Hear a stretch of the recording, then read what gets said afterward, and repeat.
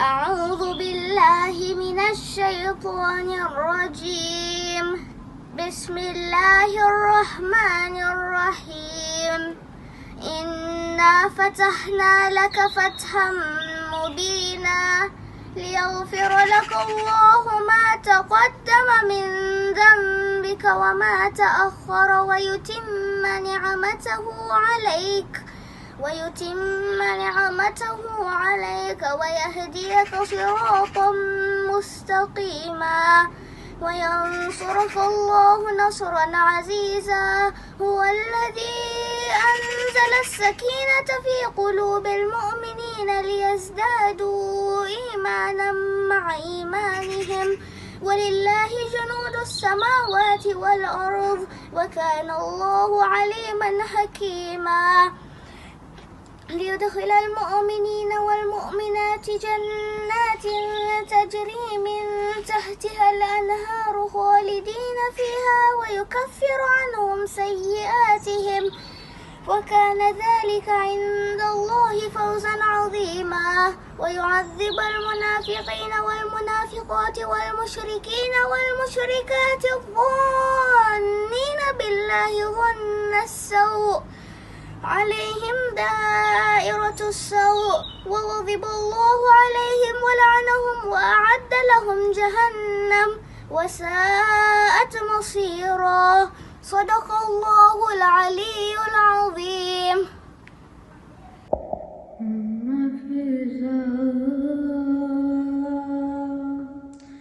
بتا دے مجھ کو پتھر کیوں مار رہی ہے، کیسا ہے یہ جراح دل ڈوب جا رہی ہے، کیا شام گیا ہے فضا بتا دے مجھ کو پتھر کیوں آ رہے ہیں، نیزوں پہ جتنے سر ہیں ایک سر ہے ان میں ایسا، آنکھیں ہیں بند اس کی اور خاک پر ہے گرتا، عباس کا یہ سر ہے تیور بتا رہی ہے، کیا شام گیا ہے فضا بتا دے مجھ کو پتھر کیوں آ رہے ہیں لوگ کس طرح کے ہم سے دعا کرائے، اے قیدیو دعا دو یہ دن ہم پہ آئے، لے کر دعائیں ہم سے دل بھی دکھا رہے ہیں، کیا شام گیا ہے فضا بتا دے مجھ کو پتھر کیوں آ رہے ہیں، اتنا چلے ہیں پیدل کانٹوں پہ سارے قیدی، تھک جاتی چلتے چلتے چلتی اگر زمیں بھی، پیروں کے آبلے بھی آنسو بہا رہی ہے، کیا شام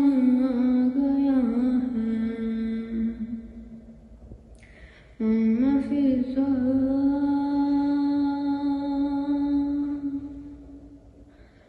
बता दे मुझको पत्थर क्यों आ रहे हैं أعوذ بالله من الشيطان الرجيم بسم الله الرحمن الرحيم Salamun alaikum wa rahmatullahi wa barakatuh. It's so good to be back and so good to see you all again. And what an amazing personality we're going to talk about today. And the topic for today's talk is, why am I proud to be called a Jafferi? And you guessed it, it's about Imam Ja'far as-Sadiq. Now, all around the world, as you know, we've grown up to be called Jafferis. Stanmore Jafferis, Nairobi Jafferi, Mombasa Jafferi. And around the world, you'll hear sports team names or communities called Jafferis. Why is that the case? Why are we proud to be called Jafferis? This shows us our identity. Because when we say Stanmore Jafferis, it's divided into two things, Stanmore and Jafferis. Stanmore meaning where we come from, right? That's who we represent, our location. And Jafferis is what our ideology is and who we follow. So those two words coupled together form our identity. Now, let me ask you a question. We are Shia of Ali alayhi salam.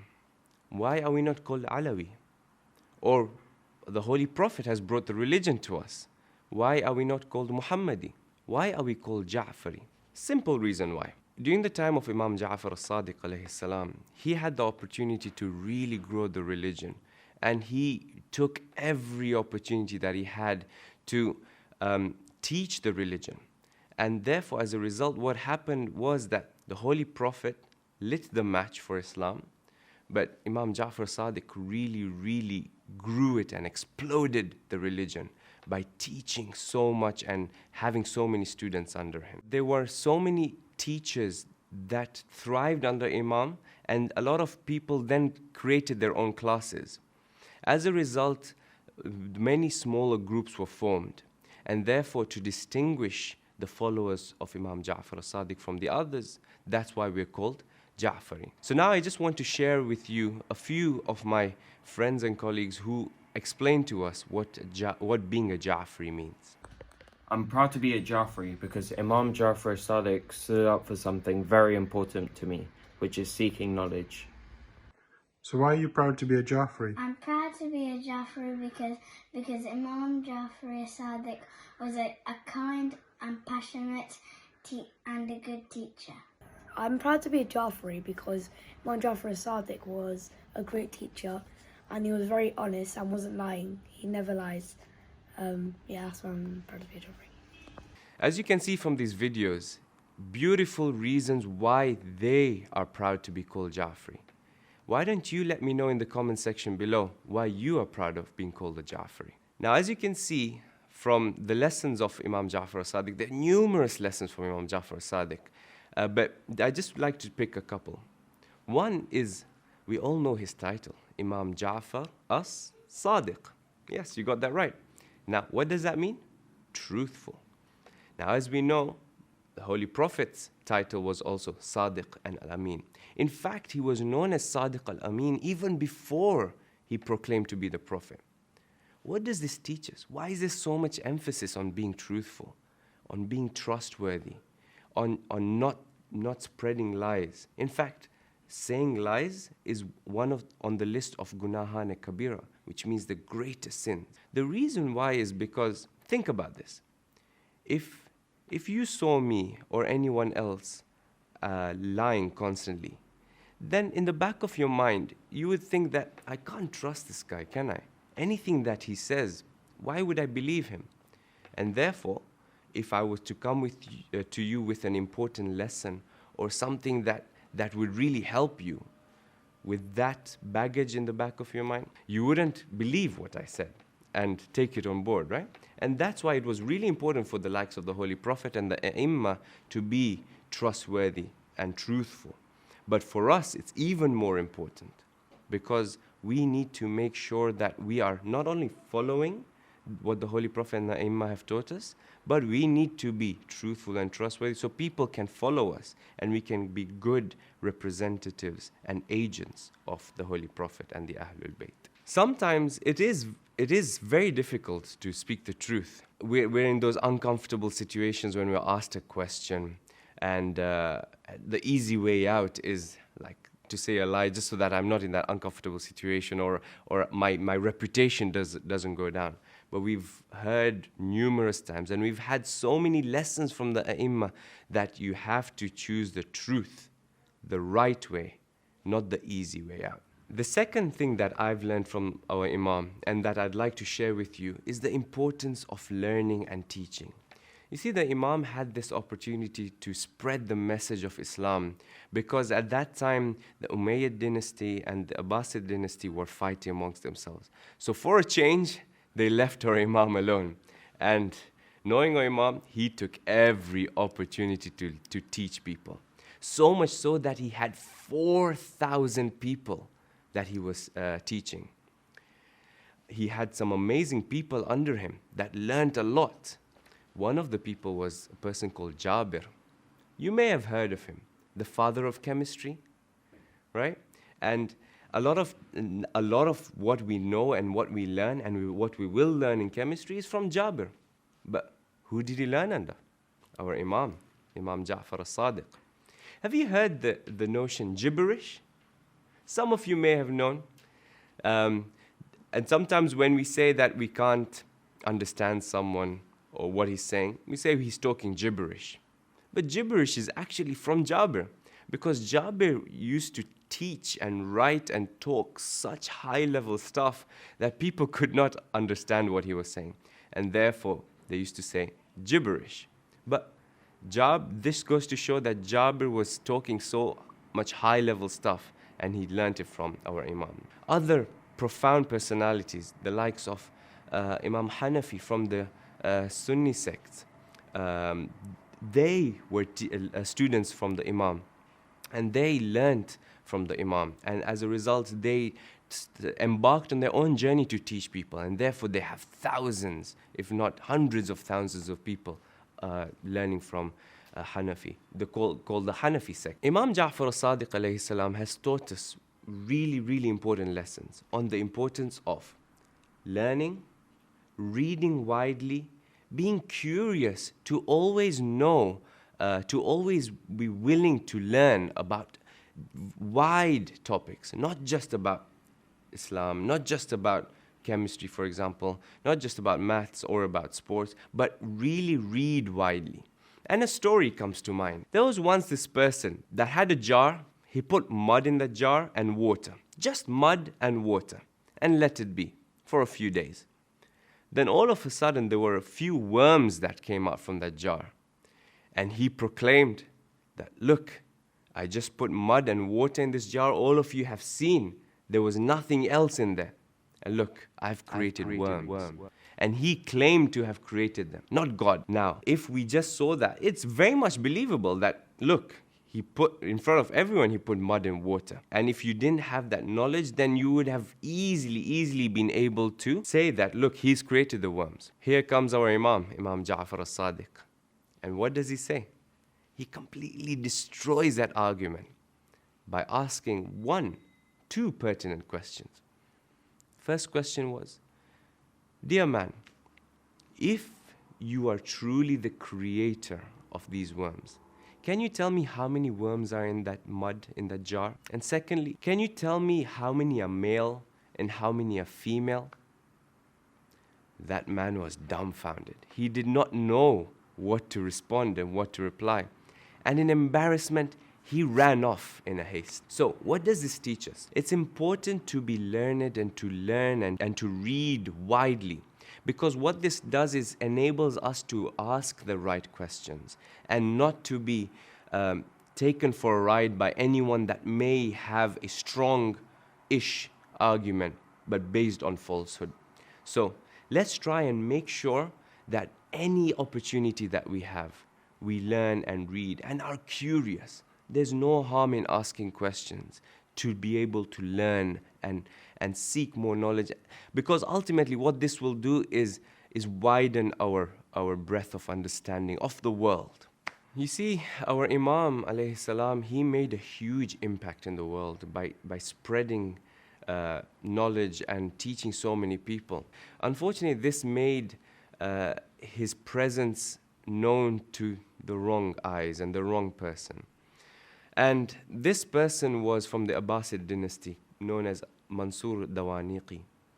And what happened was Mansur became envious, jealous, but also he was worried that there were so many people flocking to our Imam and learning from our Imam, that he was afraid that his dynasty and his rulership would topple.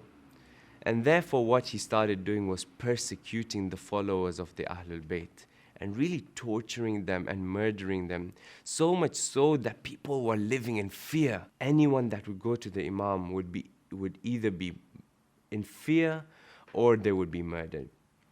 But unfortunately, Mansur Dawaniqi's acts did not just stop there. And eventually, his eyes landed on Imam and he poisoned our Imam. And unfortunately, our Imam passed away.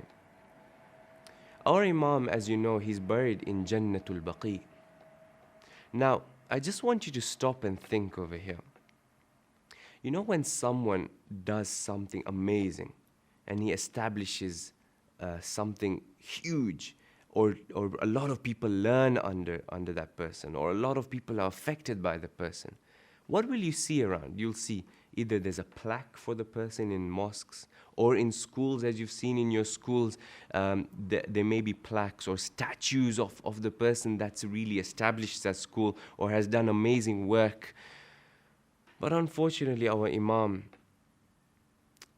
he's buried in Jannatul Baqi, and there is no sign of which exact grave he is in, or there's no shrine over him. And that is really, really sad.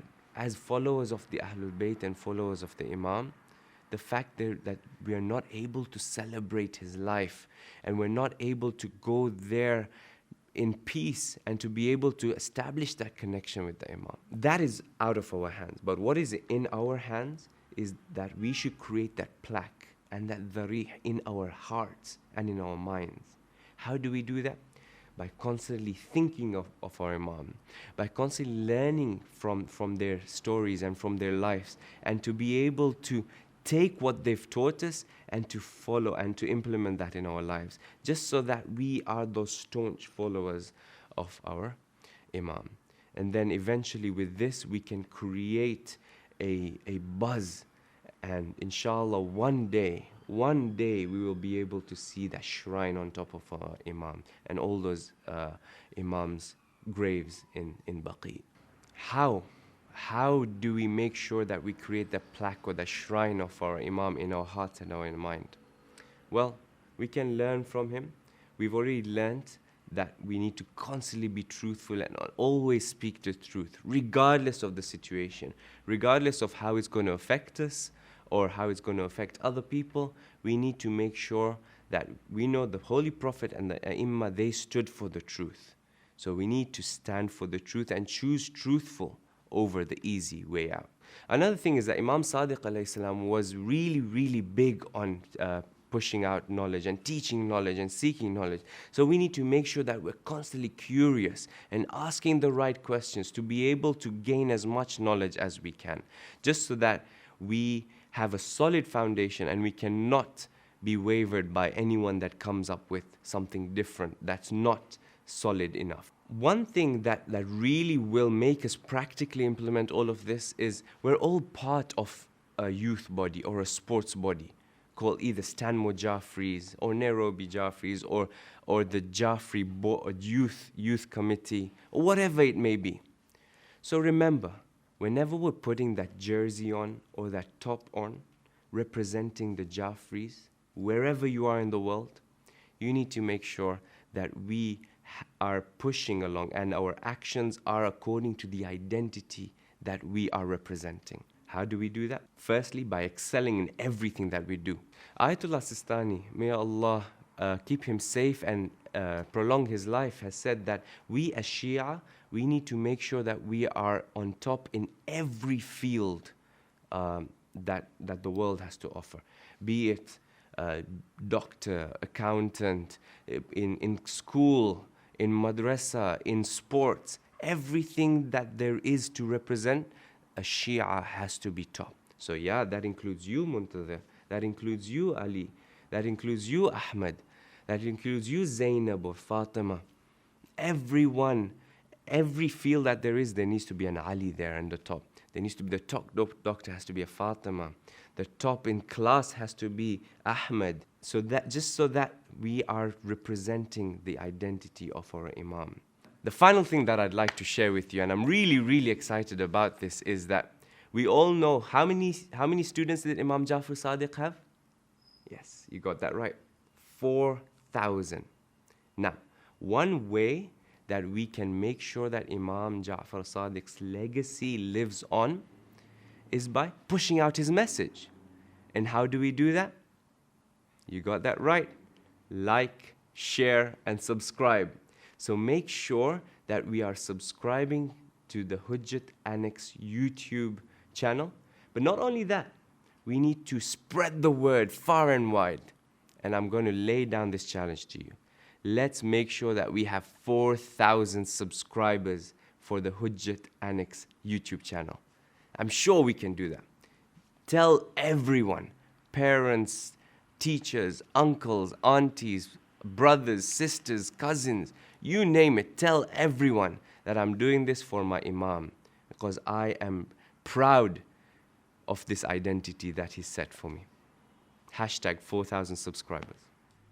JAFFERI Sadiq, JAFFERI Sadiq, بابا تمہارے باقر، مادر ہے فروا، رحمت میں سب سے کثرت، سرکار میں ہو اعلیٰ، تم شام کی سیاہی کو پہ رہن بنا کر، ہر رات مفلسوں کو ہاتھوں سے ہے کھلایا، جعفر صادق، جعفر صادق، جعفر صادق، جعفر صادق، تمہاری اور نبی کی ایک روز ہے